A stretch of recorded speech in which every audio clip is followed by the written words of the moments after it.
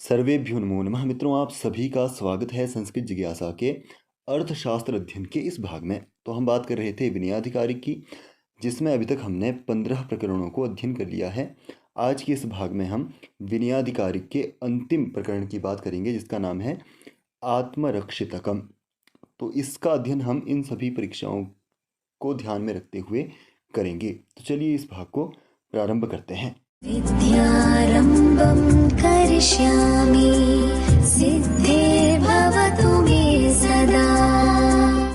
कौटिल्य विरचित अर्थशास्त्र का पहला अधिकरण है, जिसका नाम है विनयाधिकारिक, और उसका 16वां और अंतिम प्रकरण है, जिसका नाम है आत्मरक्षितकम, जो कि विनयाधिकारिक का 20वां या अंतिम अध्याय है। तो आत्मरक्षितकम से यहाँ पर अभिप्राय है राजा का आत्मरक्षा का प्रबंधन कैसा होना चाहिए, या राजा को अपनी खुद की सुरक्षा कैसे करनी है, उससे संबंधित प्रबंध इसमें बतलाए गए हैं। इससे पूर्व भी राजपुत्र रक्षणम नामक प्रकरण में राजा को अपने पुत्र से ही कैसे खुद की सुरक्षा करनी है, इस पर बात हो चुकी है। निशांत प्रणिधि नामक प्रकरण में अपनी स्त्री से कैसे राजा को अपनी सुरक्षा करनी है, इसके बारे में भी चर्चा कौटिल्य ने कर दी है। इसके बाद अन्य क्षेत्रों में या दिन जो उसका दिनचर्या है, उसमें कैसे कैसे उसको सुरक्षा में रहना है, उन सभी इंतजामात पर इस भाग में चर्चा की जाएगी। तो चलिए देखते हैं। शयनादुत्थितः स्त्रीगणैर्धन्विभिः परिगृह्येत, यानी कि जब राजा सुबह प्रातःकालीन शैया से उठता है, उसी समय स्त्रीगणों के द्वारा उसे चारों तरफ से सुरक्षित कर देना चाहिए। कैसे स्त्रीगणों के द्वारा? जिनके हाथ में धनुष बाण हो। तो जब सुबह राजा शयन कक्ष में शैया से उठे, उसी समय स्त्रीगण जिनके हाथ में धनुष बाण हो, उनके द्वारा चारों ओर से राजा को सुरक्षित कर देना चाहिए, या राजा को घेर लेना चाहिए। और वहाँ से जब वह किसी दूसरे कक्ष में जाता है, द्वितीयस्याम कक्ष्यायाम कंचुकोषणी शिभिर वर्षवराभ्यागारिकैः, और वहाँ से जब वह यानी कि शयन कक्ष से उठकर जब राजा दूसरे कक्ष में प्रवेश करे, तो वहाँ कुर्ता पगड़ी पहने हुए नपुंसक जो व्यक्ति होते हैं, या जो उनके अंगरक्षक हैं, और अन्य जो राजा के सेवक हैं, वह उन्हें देखें या उनकी देखभाल के लिए वह वहाँ पर उपस्थित हो। तो जैसे ही वह शयन कक्ष से उठेगा, उसी समय उनके साथ कौन होने चाहिए? कुर्ता या पगड़ी पहने हुए जो नपुंसक व्यक्ति उसके अंगरक्षक हैं, वह होने चाहिए, और अन्य जो उसके सेवक हैं, वह उस द्वितीय कक्ष में उपस्थित होने चाहिए। और वहाँ से जब वह किसी तीसरे कक्ष में जाता है, तो कैसी सुरक्षा होनी चाहिए? तृतीयस्याम कुब्जवामन किरातैः, तो जब वह किसी तीसरे कक्ष में जाता है, तो उसके साथ कुब्ज जो बोने व्यक्ति हैं, और किरात वामन, कुब्ज वामन यानी कि जो छोटे नाटे व्यक्ति होते हैं, और किरात जो निम्न जातीय परिजन राजा के हैं, वह उसकी रक्षा के लिए वहाँ पर उपस्थित हो। और जब वहाँ से वह चौथे कक्ष में जाएगा, तो चतुर्थ्याम मंत्रिभिः संबंधिभिः दौवारिकश्च प्रासपाणिभिः, और जब वह वहाँ से चतुर्थ कक्ष में जाए, तो मंत्रियों, संबंधियों और हाथ में जिनके भाला हो, ऐसे द्वारपालों द्वारा राजा की सुरक्षा की जानी चाहिए। तो इस तरह से जब वह अन्य अन्य स्थानों पर जाए, तो उसके साथ कौन कौन से व्यक्ति होने चाहिए, उसके बारे में यहाँ पर कौटिल्य ने वर्णन किया है। इसके बाद वह बता रहे हैं कि कैसा अंगरक्षक उनका होना चाहिए, उसके क्या क्या लक्षण हैं, उसके बारे में बात कर रहे हैं।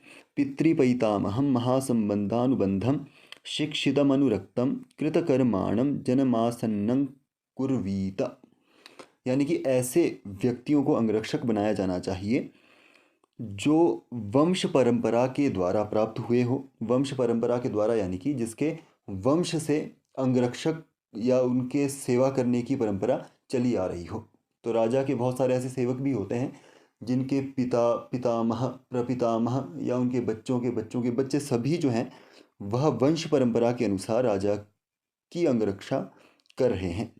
तो ऐसे व्यक्तियों को अंगरक्षक बनाया जाए। अगला है महासंबंधानुबंधम, यानी कि जो बड़े और उच्च कुल में उत्पन्न व्यक्ति है, ऐसे व्यक्तियों को अंगरक्षक बनाया जाना चाहिए। शिक्षित हो, विनीत हो, अनुरक्तम, अनुरक्त व्यक्ति हो, और कृतकर्माणम जनमासन्नं कुर्वीत, और प्रत्येक कार्य को अच्छे से समझने वाले पुरुषों को ही राजा को, व्यक्तियों को ही राजा को अंगरक्षक बनाना चाहिए। तो यह सभी लक्षण जिस व्यक्ति में होंगे उसे अंगरक्षक बनाया जाना चाहिए, क्योंकि अंगरक्षक हर किसी को नहीं बनाया जा सकता है। बहुत बार ऐसी भी घटनाएं हमारे इतिहास में हुई हैं कि अंगरक्षकों ने ही अपने स्वामी की हत्या कर दी। जैसे कि इंदिरा गांधी जी की हम यदि बात करें तो उनकी जो हत्या हुई थी उनके अंगरक्षकों के द्वारा ही हुई थी। हालांकि वहाँ पर जो भी उनकी मनोदशा हो उस पर हम चर्चा नहीं करेंगे, परंतु सुरक्षा की दृष्टि से यहाँ पर हम बात कर रहे हैं। तो नान्यतो देशीयमकृतार्थमानं स्वदेशीयं वाप्यपकृत्योपगृहीतम। और कैसे व्यक्तियों को अंगरक्षक नहीं बनाया जाना चाहिए उसके बारे में भी कौटिल्य निर्देश कर रहे हैं। तो जो धन संपदा और संस्कारों से रहित विदेश के व्यक्ति हो, यानी कि जिसके पास धन संपदा ना हो, संस्कार से भी रहित हो और कोई विदेशी व्यक्ति हो, ऐसे व्यक्ति को अंगरक्षक नहीं बनाया जाना चाहिए। क्यों नहीं बनाया जाना चाहिए? धन संपदा उसके पास नहीं है, संस्कार भी उसके पास नहीं है, और वह किसी और देश से आया हुआ व्यक्ति है। तो हो सकता है कि धन संपदा के लालच में वह किसी अन्य राजा से मिलकर उस राजा की हत्या के लिए तत्पर हो जाए, या उसमें संस्कार नहीं हुए, अंगरक्षक के अंदर जो जो धर्म उसके होते हैं उसका ज्ञान उसको नहीं है, तो इससे भी उसका राजा की हत्या के प्रति रुझान हो सकता है। इसीलिए ऐसे व्यक्तियों को अंगरक्षक नहीं बनाया जाना चाहिए। और स्वदेशीय व्यक्ति, कैसे व्यक्ति को नहीं बनाना चाहिए अंगरक्षक? तो स्वदेशीयम वाप्यपकृतोपगृहीतम, कोई जो स्वदेशी व्यक्ति हो और जिसने कार्य को पहले छोड़ रखा हो, यानी कि पहले एक बार अलग होकर पुनः नियुक्ति जिसकी हुई हो, ऐसे व्यक्ति को भी अंगरक्षक नहीं बनाया जाना चाहिए। पहले वह अंगरक्षक के कार्य पर था, परंतु किसी कारण के चलते वह उससे अलग हुआ और फिर से किसी कारणवश वह राजा के पास आता है कि मुझे फिर से अंगरक्षक बना दिया जाए, तो ऐसा जो व्यक्ति है उसको भी अंगरक्षक नहीं बनाया जाना चाहिए। जिसका कारण क्या है कि पहले जब छोड़कर वह किसी और राजा के पास भी जा सकता है, ऐसी भी संभावनाएं हैं, और उसके साथ मिलकर राजा का अंगरक्षक बनकर फिर से उसकी हत्या के लिए वह तत्पर हो सकता है। इसीलिए ऐसे व्यक्ति को भी अंगरक्षक ना बनाया जाए। अंतर्वशिक सैन्यम राजानम अंतःपुरंच रक्षेत, यानी कि राजभवन की आंतरिक सेना, राजा और रनिवास, जहाँ पर राजा की रानियों का निवास हो उसे रनिवास कहा जाता है, उसकी सुरक्षा करनी चाहिए। यानी कि राजभवन के जो आंतरिक बॉडीगार्ड जिन्हें हम कहते हैं, राजा के जो पर्सनल बॉडीगार्ड हैं, उनको राजा की भी सुरक्षा करनी है, और राजा की रानियों का जहाँ पर निवास है, रनिवास की भी उन्हें सुरक्षा करनी है। अब बता रहे हैं कि खाने पीने की सामग्री में यदि विष इत्यादि मिल गया हो, या विष संपृक्तता का क्या क्या लक्षण इत्यादि हो सकते हैं उनके बारे में बता रहे हैं। कैसा खाना उसे खाना है? गुप्ते देशे महानसिकः सर्वम आस्वाद बाहुल्येन कर्म कारयेत, यानी कि पाकशाला का जो मुखिया होता है या निरीक्षक होता है, जिसे हम महानसिक कहते हैं, उसको चाहिए कि वह किसी एकांत स्थल में भोग्य पदार्थों का स्वाद लेकर उन्हें सुस्वादु और सुरक्षा के ढंग से तैयार करे। तो जो पाचक है, पाचकों का मुखिया है, वह राजा की सुरक्षा की दृष्टि से पहले खुद उस भोजन को चखे, एकांत स्थल में जाए, उस भोग्य पदार्थ का स्वाद लेकर उसे खाए, और फिर यदि वह उसमें कोई भी ऐसा उपद्रव नहीं है तो उसको सुरक्षा की दृष्टि से तैयार किया जाना चाहिए। तद राजा तथैव प्रतिभुंजीत पूर्वमग्नये वयोभ्यश्च बलिं कृत्वा, तो राजा को तभी भक्षण करना चाहिए जब पहले उसे अग्नि और पक्षियों को उस भोजन की बलि देनी है। बलि यानी कि पहले बलिदान देना है, अर्पण करना है, उसके बाद ही स्वयं उस भोजन को करना है। क्योंकि इससे पहले वाले भाग में भी हमने इसके बारे में अध्ययन किया था कि कुछ पक्षी ऐसे भी होते हैं जो विष के कारण मर जाते हैं, विष को देखकर कोलाहल करने लग जाते हैं या शिथिल हो जाते हैं। तो इसीलिए अग्नि में पहले भोजन को डालना है, और अग्नि में डालेंगे तो उसका पता चल जाता है, उसमें थोड़ी नीलता आ जाती है। आगे इसके बारे में भी बताने वाले हैं कि क्यों अग्नि में पहले भोजन को बलिदान करना है, या पक्षियों को पहले भोजन क्यों करवाना है। तो राजा को भोजन तभी करना है जब पहले उसे अग्नि और पक्षियों को उस भोजन की बलि प्रदान करनी चाहिए, फिर वह स्वयं भोजन को करे। तो अग्नि में कैसे पता चले कि वह भोजन विष संपृक्त है या नहीं? तो विष के यहाँ पर अब लिंगों को बताया जा रहा है कि विष की पहचान कैसे करनी चाहिए, या विष संपृक्त द्रव्य या भोजन इत्यादियों के लिंग क्या होते हैं, कैसे उनकी पहचान करें। अग्निर्ज्वाला धूम नीलता शब्द स्फोटनंच विषयुक्तस्य वयसाम विपत्तिश्च। यानी कि विष से संपृक्त जो अन्न है या जिस अन्न में विष मिला हो, उसे अग्नि में डालने से अग्नि और अग्नि की जो ज्वाला लपटें होती है दोनों ही नीले रंग में, उसका धूम जो उसका धुआं होता है वह नीले रंग में परिवर्तित हो जाता है और उसमें शब्द का स्फोटन होने लग जाता है, चट चट करके वह ध्वनि करता है। यह सभी विष संपृक्त भोजन के लक्षण होते हैं। और इसके आगे भी यह कह रहे हैं वयसाम विपत्तिश्च, और विष संपृक्त अन्न खाने से पक्षियों की मृत्यु उपस्थित हो जाती है, इसीलिए पहले अग्नि को और पक्षियों को उस भोजन की बलि देनी है, जिससे हमें यह ज्ञान हो जाएगा कि इसमें विष संपृक्तता है या नहीं। तो इस तरह से इन्होंने पहले यह बात कही थी। क्या क्या लिंग उनके होते हैं आगे कह रहे हैं। अन्य अन्नस्योष्मा मयूरग्रीवाभः शैत्यम आशुक्लिष्टस्यैव वैवर्ण्यम सोदकत्वम अक्लिन्नत्वञ्च। तो यदि अन्न में विष मिला हुआ है या विष संपृक्त अन्न जो होता है, उसकी जो ऊष्मा या भाप होता है वह मोर की जो ग्रीवा या गर्दन होती है उसके जैसे रंग में परिवर्तित हो जाती है।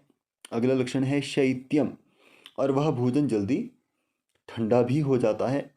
आशुक्लित्वस्यैव, और जब उसे हाथ से मोड़ते हैं या तोड़ते हैं तो उसका रंग बदलने लगता है। वैवर्ण्यम, यानी कि उसका रंग वर्ण से विहीन हो जाता है, जैसा उसका वर्ण है, जो उसका रंग है उस रंग से अलग रंग में वह परिवर्तित हो जाता है और उसमें गांठ सी भी पड़ जाती है और उस अन्न को हम अच्छे से पका भी नहीं सकते, या वह जो अन्न होगा वह अच्छे से पक्व भी नहीं होता, तो आधा कच्चापन उसमें रहता है। तो यह सभी लिंग किसके हैं?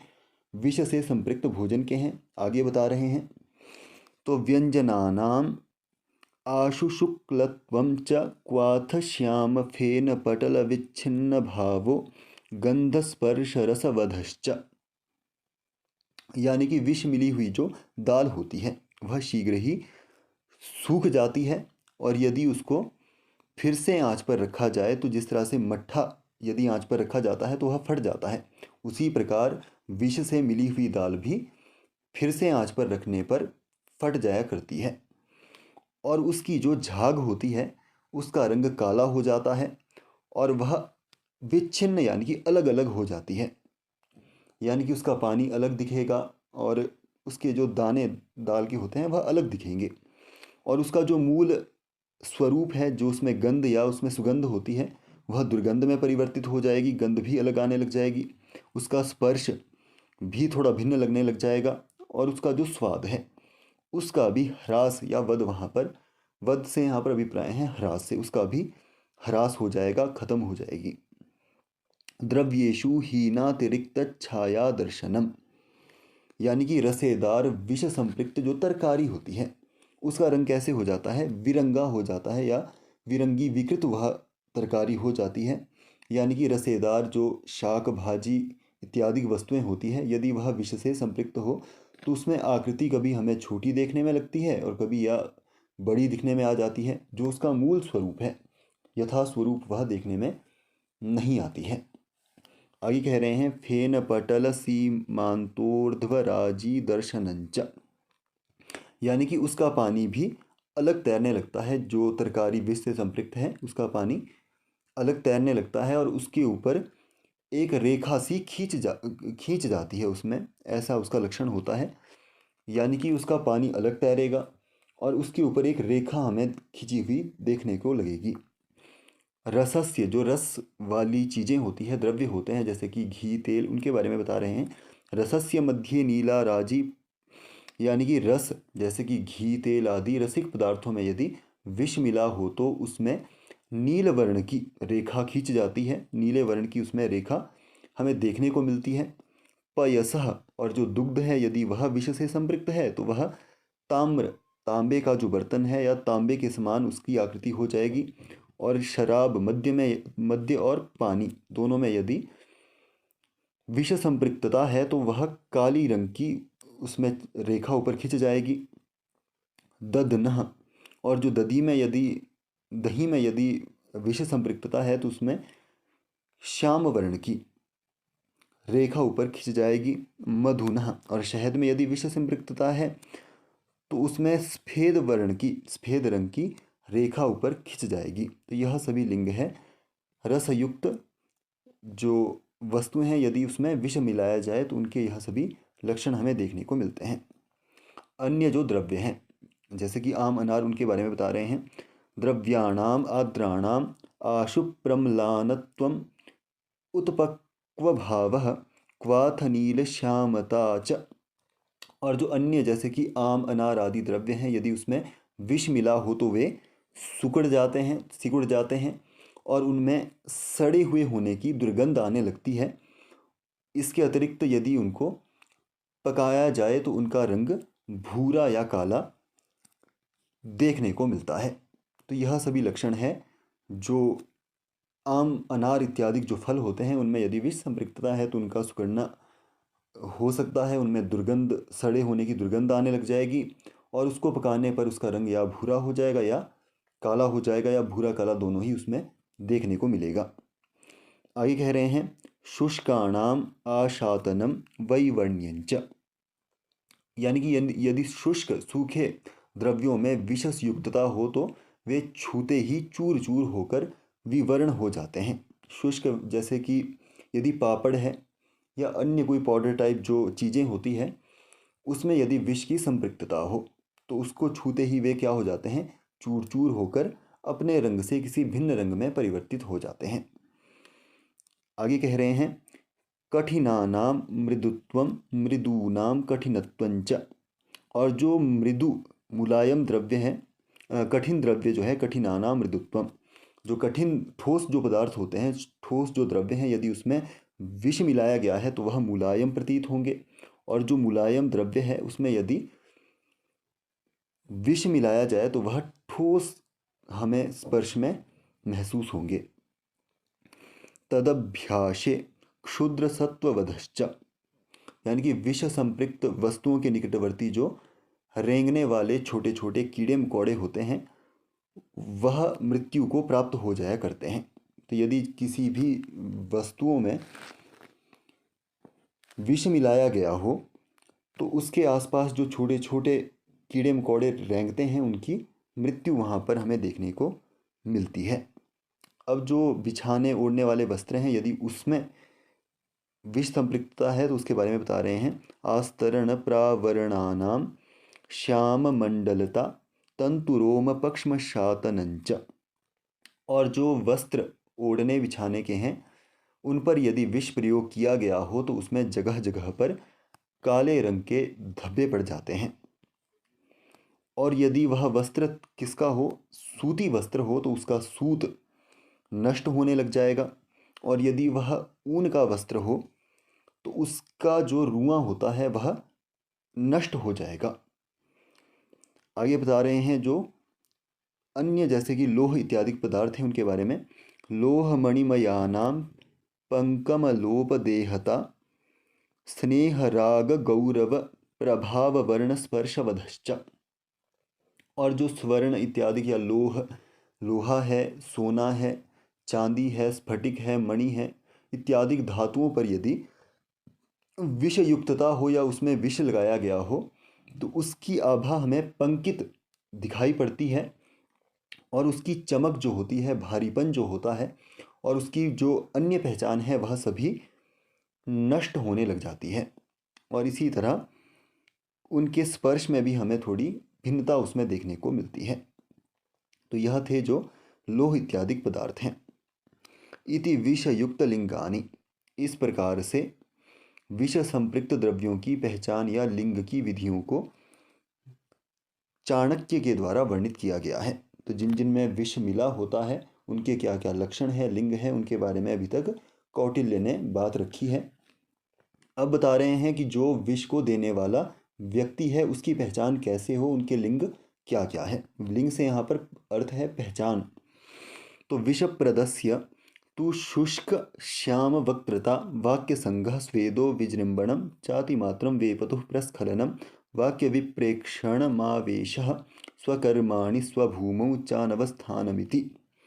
विषप्रदस्य तु, विष को देने वाला जो व्यक्ति है उसका मुख जो होता है वह सूख जाता है और उसके चेहरे का रंग भी हमें बदला हुआ प्रतीत होता है। और जब वह वाक्य का प्रयोग करता है, बात करता है, तो उसकी वाणी लड़खड़ाने लगती है। स्वेदो, वह पसीने से भीग जाता है। विजृंभणम, उसमें कंपकपी आने लगती है या वह बार बार झमाई लेने लगता है। और वे पतु प्रस्खलनम वाक्य विप्रेक्षणमावेशः, और स्वच्छ मार्ग या अच्छा मार्ग होते हुए भी वो बेचैनी से गिरने पड़ने लगता है। और संदेहवश अन्यों की बातों को वह ध्यान से सुनने लगता है कि कहीं मेरे बारे में बात तो नहीं हो रही है, राजा के बारे में क्या क्या बातें हो रही है। उसमें उसकी रुचि वहाँ पर बढ़ने लगती है क्योंकि उसने विष को वहाँ पर मिलाया है, जिस कारण से वह निगरानी रख रहा है कि मेरे बारे में कोई बातें अभी हो तो नहीं रही है, तो इसलिए उसकी चेष्टा वहाँ पर अधिक होती है। और संदेहवश अन्यों की बातों को वह ध्यान से सुनता है और बात बात में वह आवेश करने लगता है। बात बात में उसे गुस्सा आने लग जाता है, आवेग में आ जाता है और अपने कार्यों में या अपने स्थान पर उसका चित्त वहाँ पर अस्थिर हो जाता है। जहाँ पर उसको कार्य में लगाया गया था उस कार्य में उसका चित्त बिल्कुल भी वहाँ पर स्थिर नहीं होगा, अनवस्थ हो जाएगा। तो यह सभी लिंग किसके हैं? विष संपृक्त करवाने वाले व्यक्ति के, जिसने विष की संपृक्तता की है उसके यह सभी लिंग हैं। तस्मादस्य जांगली विदो भिषजश्चासन्नाः स्युः। इसीलिए विष संबद्ध विद्या के जो ज्ञाता, जिन्हें हम जांगली विदो कहते हैं, जो विष के संबंध में विद्याओं का ज्ञान रखते हैं, ऐसे लोग, और जो भिषज और जो वैद्यराज हैं, वह हमेशा ऐसी अवस्था में राजा के समीप ही रहने चाहिए। आगे बता रहे हैं, और यदि ऐसा हो जाए तो क्या करना चाहिए, तो उसके बारे में भी यहाँ बता रहे हैं। भिषग भैषज्यागारास गारादास्वाद विशुद्धमौषधं गृहीत्वा पाचक पोषकाभ्याम आत्मना च प्रतिस्वाद्य राज्ये प्रयच्छेत। यानी कि जो वैद्य राज है, जो उसका राजकीय वैद्य है, वह औषधालय में स्वयं खाकर जो परीक्षण की गई औषधियाँ हैं उनको राजा के समक्ष लाकर रखे। उसमें से कुछ को पकाने या पीसने के लिए जो वहाँ पर सेवक हैं उनके लिए दे दे, और कुछ स्वयं खाकर उनका परीक्षण करे और पुनः राजा को प्रदान करें। तो ऐसी औषधियों को राजा को देना चाहिए। तो जो राजवैद्य है वह औषधालय में ऐसी दवाइयों को लाए जिसको उसने खुद स्वयं खाकर परीक्षण किया है, वह सभी राजा के समक्ष जानी चाहिए। उनमें से जो पकाने वाली है, पीसने वाली है, वह उन सेवकों को दे देनी है, और कुछ स्वयं वहाँ पर खाकर उसको परीक्षण करना है, फिर उसे राजा को देना है। ऐसे ही बिना परीक्षण किए राजा को कोई भी औषध नहीं देनी है, ऐसा निर्देश यहाँ पर चाणक्य कर रहे हैं। पानम पानीयंचौषधेन व्याख्यातम। इसी तरह पानी और मदिरा को भी परीक्षा करने के पश्चात राजा को देना चाहिए। तो पीने की जो, जैसे कि जल इत्यादि सामग्री है, मदिरा है या औषधि है, जिस तरह से औषधि के साथ यहाँ कहा गया है उसी प्रकार अन्य जो पीने की सामग्री है, पानी है या दुग्ध है या अन्य मदिरा इत्यादि हैं, उनको भी पहले परीक्षित किया जाना चाहिए। उसके बाद ही राजा को इसी नीति से दे देना चाहिए। अब परिजनों के क्या क्या कर्तव्य राजा के प्रति होते हैं, उसकी सुरक्षा के प्रति होते हैं, उसके बारे में बता रहे हैं। उसके सेवक इत्यादि कैसे उनका व्यवहार राजा के प्रति होना चाहिए, उसका निर्देश अब कर रहे हैं। कल्पक प्रसाधकाः स्नान शुद्ध वस्त्र हस्ताः समुद्रम उपकरण मंत्रवंशिक हस्ताद आदाय परिचरेयुः। यानी कि जो दाढ़ी मूछ बनाने वाले व्यक्ति होते हैं जिन्हें हम नाई कहते हैं, और जो वस्त्र अलंकार इत्यादि का धारण करवाने वाले अन्य परिचायक होते हैं, उनको चाहिए कि वे पहले स्नान करें, स्नान करके स्वच्छ कपड़ों को वह पहने और अपने हाथों को अच्छी तरह से वह स्वच्छ करे या उनको अच्छे से धोए और समुद्रम उपकरणम अंतर्वंशिक हस्तादाय, और राजमहल के भीतर रहने वाले कंचुकी आदि से मोहर लगे हुए उस्त्रा और वस्त्राभूषण को लेकर राजा की वह सभी सेवा करे।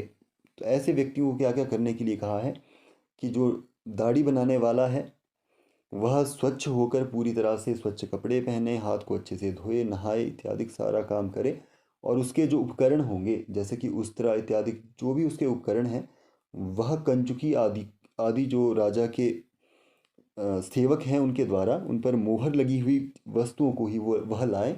बाहर से कोई भी वस्तु ऐसे नहीं आनी चाहिए। वहीं पर जो राज्य में या उसके राजमहल में जो जो चीज़ें हैं उनसे ही राजा की सेवा करनी है। वह भी कैसे होने चाहिए, पूरी तरह से परीक्षित होने चाहिए कि उनसे कोई राजा को खतरा नहीं हो। इसके अतिरिक्त जो अलंकार या वस्त्र पहनाने वाले व्यक्ति हैं वह भी स्वच्छ हो और ऐसे ही वस्तुओं को राजा को दे, वस्त्रों को दे, उपकरणों को दे या अलंकारों को दे जो पूरी तरह से सुरक्षित हो। आगे कह रहे हैं स्नापक संवाहकाः तरकज तरकरज तरकरज कमाल मालाकार कर्म दास्यः कुर्युः। और जो अन्य कार्य हैं जैसे कि स्नापक संवाहक है उनके बारे में निर्देश किया जा रहा है कि राजा को स्नान करवाना और उसके अंगों को दबाना या उसके बिस्तर बिछाने, कपड़े धोने और माला बनाने आदि कार्यों को जो है वह दासी स्वयं करे। तो राजा के जो सारे सेवा के यहाँ पे उपकरण हैं उनको बताया गया है कि स्नान करवाना या राजा के अंगों को दबाना या बिस्तर बिछाना हो, कपड़े धोना हो या राजा की जो माला बनाई जाती है माला बनाना हो, वह सभी कार्य कैसे होने चाहिए, स्वयं दासियों को ही किए हुए होने चाहिए। उनको किसी भी बाहर के व्यक्ति से नहीं करवाया जाना चाहिए। इस तरह से यहाँ पर निर्देश कर रहे हैं। ताभिः अधिष्ठिता वा शिल्पिनः, या ऐसा किया जाए कि कोई बाहर के व्यक्ति भी हो, उन कार्यों के विशेषज्ञ हो, वह आए वहाँ पर कार्य करे, परंतु वह सारा कार्य राजा की विश्वस्त जो दासियां हैं उनके ही देख रेख में होने चाहिए। आत्मचक्षुषि निवेश्य वस्त्रमाल्यम दद्युः, यानी कि दासियां अपनी आँखों से देखकर ही राजा को वस्त्रालंकार पहनाए। तो उसको जो वस्त्रालंकार पहनाने हैं वह सभी जो उसकी विश्वस्त दासियां हैं उन सभी को ही अपनी आँखों से देखकर करना है। इस तरह से निर्देश किया गया है। स्नानानुलेपन प्रघर्ष चूर्णवास स्नानीयानि स्ववक्षोबाहुषु च, यानी कि स्नान करवाने वाली जो सामग्रियां होती है या स्नान काल में उपयोगी वस्तुएं जो होती है जैसे कि उद्वटन है, चंदन है इत्यादि, सभी को दासियां पहले अपनी वक्षस्थल पे यानी कि छाती पर लगाए, बाहुषु अपनी बाजुओं में लगाकर वह उनको प्रमाणित करे, परीक्षण करे, उसके बाद ही राजा को उसका उपयोग करना चाहिए। तो स्नान करने की जितनी भी उसकी सामग्रियां हो, चूर्ण हो, उद्वटन हो, चंदन हो, इन सभी को पहले स्वयं दासियां अपने वक्षस्थल पे या अपनी बाजुओं पर लगाकर देखें। यदि वह सुरक्षित है तभी वह राजा को देनी चाहिए।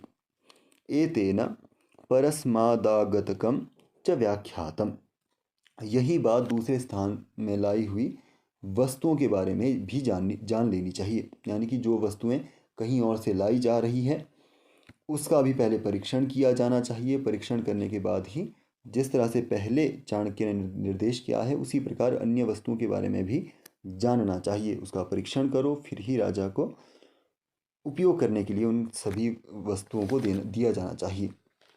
आगे बता रहे हैं कुशीलवाह शास्त्राग्नि रसवर्ज नर्मयीयुः। तो राजा के पास बहुत सारे ऐसे नर्तक होते हैं जो राजा को विभिन्न खेलों को दिखाते हैं। तो उनको कैसे कैसे खेलों को दिखाना है, जो शस्त्र जिसमें कोई हथियार ना हो, अग्नि ना हो, रस उसमें कोई विष ना हो, इन सभी से अतिरिक्त जो खेल हैं उन्हीं को ही कुशीलवाह नट नर्तक जो होते हैं वह राजा को दिखाए। आतोद्यानि चैषाम् अंतः तिष्ठेयुः अश्वरथ द्वीपालंकाराश्च। और उन नट नर्तकों के उपयोग में आने वाली जो सामग्रियां होती है, जैसे कि वादन बजाने के लिए ढोलक हो, हारमोनियम हो, वीणा हो, या वस्त्र, घोड़े हो, या अलंकरण हो, वह सभी इत्यादि जो भी वस्तुएं नट नर्तकों की होती हैं, वह सारी की सारी सामग्री राजभवन से ही दी जानी चाहिए। यानी कि नाटक या जो नट नर्तक हैं उनके उपयोग की जितनी भी सामग्रियां होती हैं, घोड़े, वादन इत्यादि, वह सभी राजभवन से ही दी जानी चाहिए। बाहर से वह नहीं आनी चाहिए, क्योंकि उसमें राजा के लिए खतरा होने के चांसेस रहते हैं। मौल पुरुषाधिष्ठितम यान वाहन मारोहेत। यानी कि विश्वस्त प्रधान पुरुष के साथ होकर ही राजा पालकी एवं घोड़े आदि वाहनों पर सवार हो। तो यदि राजा को कहीं की यात्रा करनी है और वह किसी की सवारी वहाँ पर कर रहा है, पालकी की सवारी कर रहा है, या घोड़ों की सवारी कर रहा है, या अन्य किसी वाहन की वह सवारी कर रहा है, तो उस दौरान उसके साथ कोई विश्वस्त प्रधान पुरुष होना चाहिए, वह अकेले ही ना जाए। इस तरह से निर्देश किया जा रहा है। नावम चाप्त नाविकाधिष्ठिताम। और कोई विश्वसनीय नाविक के रहते ही नौका पर राजा को सवार होना चाहिए। अन्य नौ प्रतिबद्धाम वात वेगवशाम च नोपेयात। और ऐसी कोई नाव जो दूसरी नाव के साथ बंधी हो और जो वायु के वेग से बह जाने वाली नाव हो, ऐसी नाव में राजा को नहीं बैठना चाहिए। तो कौन कौन सी नाव में नहीं बैठना है? पहली तो जो किसी दूसरी नाव के साथ बंधी हुई नाव होती है, उसके ऊपर राजा को नहीं बैठना है। और जो वायु के बहाव के साथ बहने लगती है, ऐसी नाव में भी राजा को सवार नहीं होना चाहिए, कदापि नहीं चढ़ना चाहिए। उदकांते सैन्यमासीत। यानी कि नाव के चलने पर नदी के दोनों तटों पर रक्षा हेतु सैनिक उपस्थित होने चाहिए। तब जब नाव चल पड़ती है, जहाँ से चलेगी वहाँ पर भी सैनिक होने चाहिए, और जहाँ पर वह पहुँचनी है वहाँ पर भी उस राजा की सेना वहाँ पर विराजमान होनी चाहिए। मत्स्यग्राह विशुद्धमवगाहेत।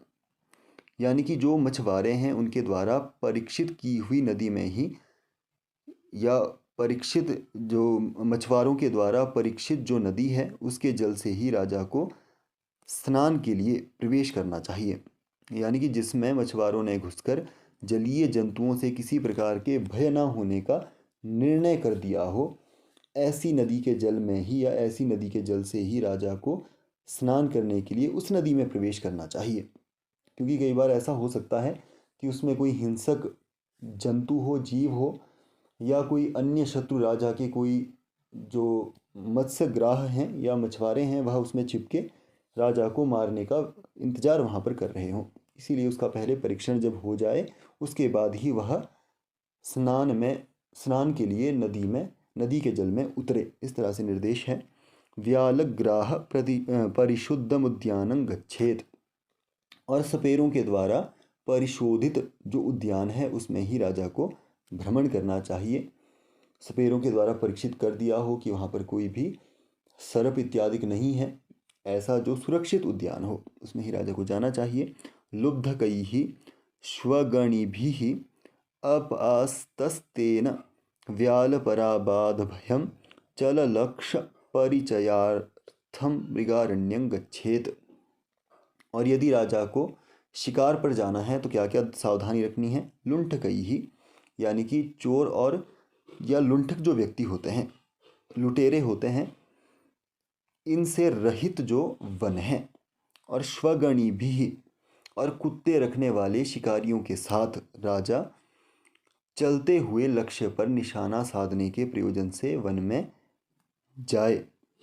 तो यदि उसको शिकार पर जाना है तो उस दौरान भी लुटेरों से या व्याघ्र इत्यादि से रहित वन में ही उसको जाना है, और कुत्ते रखने वाले शिकारियों के साथ ही उसे लक्ष्य पर निशाना साधने के लिए वन में उतरना चाहिए।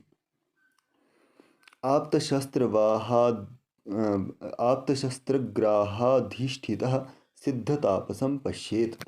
यानी कि उस राजा से मिलने यदि कोई या राजा के दर्शन के लिए कोई ऐसा नवीन सिद्ध तापस आता है, सिद्ध व्यक्ति आता है या तपस्वी व्यक्ति आता है, तो उसके साथ शस्त्र सहित विश्वस्त पुरुष राजा के साथ जाए, तभी उसको देखना चाहिए या उससे मिलना चाहिए। यहाँ पर कहने का अभिप्राय यह है, यदि उसके राज्य में कोई नवीन सिद्ध तापस आता है या कोई भी सिद्ध तापस आता है, तो उस अवस्था में राजा को उससे मिलने अकेले नहीं जाना है, उसके साथ कोई शस्त्र लिया हुआ विश्वस्त अंगरक्षक उसके साथ होना चाहिए। मंत्री परिषदा सामंत दूतम सन्नद्धोश्वम हस्तिनम रथम वारूढ़ सन्नद्ध मनीकं गच्छेत। यानी कि अपने मंत्री परिषद के साथ ही सामंत के दूतों से राजा को मिलना चाहिए और घोड़े, हाथी या रथ पर सवार होकर युद्ध के लिए प्रस्थान करने वाली सेना का राजा युद्ध के लिए उचित कवच आदि पहनकर सैनिक भेष में निरीक्षण करने उतरे। यानी कि उसे यदि सामंत के दूतों से मिलना है तो उसके साथ मंत्री परिषद जरूर होना चाहिए। और दूसरी अवस्था क्या है, यदि वह युद्ध में जाने वाले जो सैनिक हैं उनके निरीक्षण के लिए जाना चाहता है, तो वह अश्व पर सवार होकर, हाथी पर सवार होकर या रथ पर सवार होकर जाना चाहिए। वह भी कैसे जाना है, उचित कवच आदि पहनकर और सैनिक भेष में ही उसे उनकी निरीक्षण करने के लिए जाना है। निर्याणे भियाने च राजमार्गमुभयतः कृतारक्षं दंडिभिरपास्तशस्त्रहस्त्र प्रव्रजित व्यंगम गच्छेत। यानी कि दूसरे देश को जाते समय या दूसरे देश से आते समय राजा हाथ में दंड लिए हुए रक्षकों द्वारा दोनों ओर से सुरक्षित मार्ग पर ही चलें। यानी कि जब उसे किसी अन्य देश में जाना है या अन्य देश से उसे वापस अपने राजभवन में आना है, उस दौरान हाथ में दंड लिए हुए जो रक्षक होते हैं उनके द्वारा उसे आगे पीछे से दोनों तरफ से घेर लेना है, सुरक्षित रखना है और वह मार्ग भी पूरी तरह से सुरक्षित होना चाहिए। इसके अतिरिक्त इस प्रकार का राजा के लिए प्रबंध करना चाहिए जिससे मार्ग में कोई भी शस्त्र से रहित जो व्यक्ति है, जिसके पास कोई भी शस्त्र ना हो, ऐसा व्यक्ति या कोई सन्यासी व्यक्ति हो या कोई अंग से विकृत व्यक्ति हो, जैसे कि लंगड़ा, लूला, अंधा, ऐसा पुरुष उसके साथ ना रह सके। तो जब वहाँ से यानी कि दूसरे देश से वह आता है, जाता है, तो दोनों ओर से हाथ में दंड लिए हुए रक्षक उसकी सुरक्षा करें। इसके अतिरिक्त ऐसा प्रबंध किया जाना चाहिए कि उस रास्ते में कोई भी शस्त्र से हीन व्यक्ति ना हो, कोई सन्यासी ना हो या अंग से विकृत व्यक्ति वहाँ पर ना हो। इसका कारण क्या है, कई बार ऐसा भी होता है कि राजा रास्ते से जा रहा है और उस दौरान उसके साथ कोई ऐसे परिव्राजक इत्यादि व्यक्ति हैं और राजा पर हमला हो जाता है, तो जिसके पास शस्त्र नहीं है वह तो सबसे पहले ही मारा जाएगा। इसीलिए ऐसे व्यक्तियों को अपने साथ उस दौरान नहीं रखना है। न पुरुष संबाधमवगाहेत, तो यह बाद अंतिम का है, इस पर मैं अंतिम में चर्चा करूँगा। रात्रा समाजोत्सव प्रवहणानि दशवर्गिकाधिष्ठितानि गच्छेत। यानी कि जब भी वह कोई यात्रा करे, यानी कि किसी देवालय में जाए, समाज में किसी संगोष्ठी में जाए, सभा में जाए या किसी उत्सव में जाता है, प्रवहण या पार्टी में वह जाता है, तो उस स्थान पे अवश्य कम से कम उसके सेना के 10 व्यक्ति वहाँ पर उपस्थित होने चाहिए। यानी कि जब वह इन सभी स्थानों पर जाए तो उसके साथ कम से कम सेना के 10 पुरुष अवश्य होने चाहिए और उन 10 पुरुषों के साथ उनका जो नायक होता है, जो उनका प्रमुख होता है, वह व्यक्ति भी होना चाहिए। तो कम से कम उसके अंगरक्षक कितने होने चाहिए, जब वह इन सभी स्थानों पे जाए तो 10 कम से कम होने चाहिए और उन 10 का भी जो नायक होता है, जिसे हम अधिष्ठाता कहते हैं उनका, वह भी उनके साथ विराजित होना चाहिए। न पुरुष संवादमवगाहेत, यानी कि ऐसे स्थलों पर जो पहले इन्होंने स्थल कहे हैं, यात्रा में, देवालय में, समाज में, सभा में, उत्सव में या पार्टी इत्यादि में, ऐसे स्थलों पर एकाकी तथा स्वपरिजन मात्र के साथ वहाँ पर कदापि नहीं जाना चाहिए। तो कहने का अभिप्राय है, जब ऐसे कभी स्थानों पे जाए तो राजा कभी भी अपने परिवार को ही लेकर वहाँ ना जाए, उनके साथ पूरा सुरक्षा का प्रबंध होना चाहिए। कहने का यह अभिप्राय है। यथा च योगपुरुषैः अन्यान् राजाधितिष्ठति तथा यमन्यबाधेभ्यो रक्षेदात्मानमात्मवान्। यानी कि विजय की इच्छा रखने वाला राजा जिस प्रकार अपने गुप्तचरों द्वारा अन्यों को कष्ट प्रदान करता है, उसी प्रकार अन्यों द्वारा दिए गए जो कष्ट हैं उनसे रक्षा राजा को स्वयं ही अपनी करनी है। यानी कि जो राजा अपनी विजय चाहता है वह अपने गुप्तचरों को अन्य अन्य स्थानों पर भेजता है और वह गुप्तचर उन स्थलों पे शत्रु देश के राजा को पीड़ित करता है, कष्ट पहुंचाता है। उसी प्रकार अन्य देश के जो शत्रु हैं या अन्य देश के जो राजा हैं वह सभी भी राजा को कष्ट पहुंचा सकते हैं, जिस तरह से उसके गुप्तचर उनको कष्ट पहुंचाते हैं। उनसे रक्षा कैसे करनी है? स्वयं ही राजा को अपनी रक्षा करनी चाहिए। तो इस प्रकार पहले अधिकरण जिसका नाम है विनयाधिकारिक, उसके 16वें प्रकरण का यहाँ पे अंत होता है। इसी तरह विनयाधिकारिक के 20वें अध्याय की भी यहाँ पर समाप्ति होती है। तो इसी प्रकार एतावता कौटिल्यार्थशास्त्रस्य विनयाधिकारिकं प्रथमम अधिकरणम समाप्तम। तो यहाँ पर ही कौटिल्य अर्थशास्त्र के पहले अधिकरण की भी समाप्ति होती है, जिसका नाम है विनयाधिकारिक। तो यदि हम इस पूरे के पूरे अधिकरण की बात करें तो शुरू से लेकर विद्या समुद्देशा से लेकर आत्मरक्षितकम में सभी में जो विनय यानी कि शिक्षा की जो बेसिक शिक्षा राजा की होनी चाहिए, नीति से संबंधित जो बेसिक शिक्षा है वह इस भाग में या इस अधिकरण में कौटिल्य ने रखी है। शुरू में बात करें तो विद्या समुद्देशा में उन्होंने आन्वीक्षिकी, त्रयी, वार्ता, दंड नीति इन सभी का उद्घोष किया।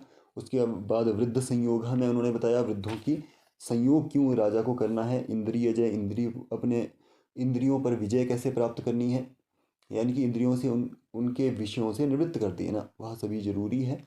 उसके बाद अमात्य की नियुक्ति कैसे करनी है, मंत्री पुरोहित की नियुक्ति कैसे करनी है, या गुप्त उपायों द्वारा इनके शुद्धता या अशुद्धता का ज्ञान कैसे राजा को करना है, गूढ़ पुरुष की नियुक्ति कैसे की जाए, गूढ़ पुरुष के कार्यों की क्या क्या सीमाएं रहने वाली है, अपने देश में जो कृत्य पक्ष है या अकृत्य पक्ष है उनकी रक्षा राजा को कैसे करनी है, और दूसरे देश में जो कृत्य या अकृत्य पक्ष के लोग हैं उनको अपने साथ कैसे मिलाना है, मंत्रणा कैसे सुरक्षित हो, दूत की कौन कौन सी सीमाएं होती है, राजपुत्र की रक्षा कैसे होनी चाहिए, बंधित जो राजकुमार है उसका क्या क्या व्यवहार होना चाहिए, या राजा का व्यवहार उसके प्रति कैसा हो, यह सभी बातें। और अंतिम में राजा की कौन कौन सी कार्य की सीमाएं हैं, कर्तव्य हैं, प्रबंध हैं, और राजभवन की कौन कौन राजभवन का प्रबंध कैसा होना चाहिए। अंतिम में इन्होंने स्वयं की रक्षा कैसे करनी है। यह सभी बातें एक किसी भी राज्य के लिए बेसिक है, तो इसीलिए इसे पहला विनयाधिकारिक नाम से इसे दिया गया है। जो विनय यहाँ पे रखा गया है शब्द वो शिक्षा से संबंधित है, यानी कि सामान्य शिक्षा देना। इसके बाद अध्यक्ष प्रसार इत्यादि में एक एक विषयों पर यह गूढ़ विचार आगे करने वाले हैं। तो आज के भाग में इतना ही। उम्मीद करता हूँ आपको हमारी वीडियो पसंद आई है। यह पूरा भाग आपको कैसा लगा है आप हमें कमेंट करके ज़रूर बताएं। इसके अतिरिक्त आप हमारे साथ इसी तरह जुड़े रहें, और यदि आप हमारे साथ अच्छे से जुड़े हैं तो हम और जो दुर्लभ से दुर्लभ परीक्षाओं से संबंधित विषय हैं उनको इस YouTube चैनल के माध्यम से प्रकाशित करने का प्रयास करेंगे। तो मिलते हैं अगले भाग में, तब तक के लिए धन्यवाद।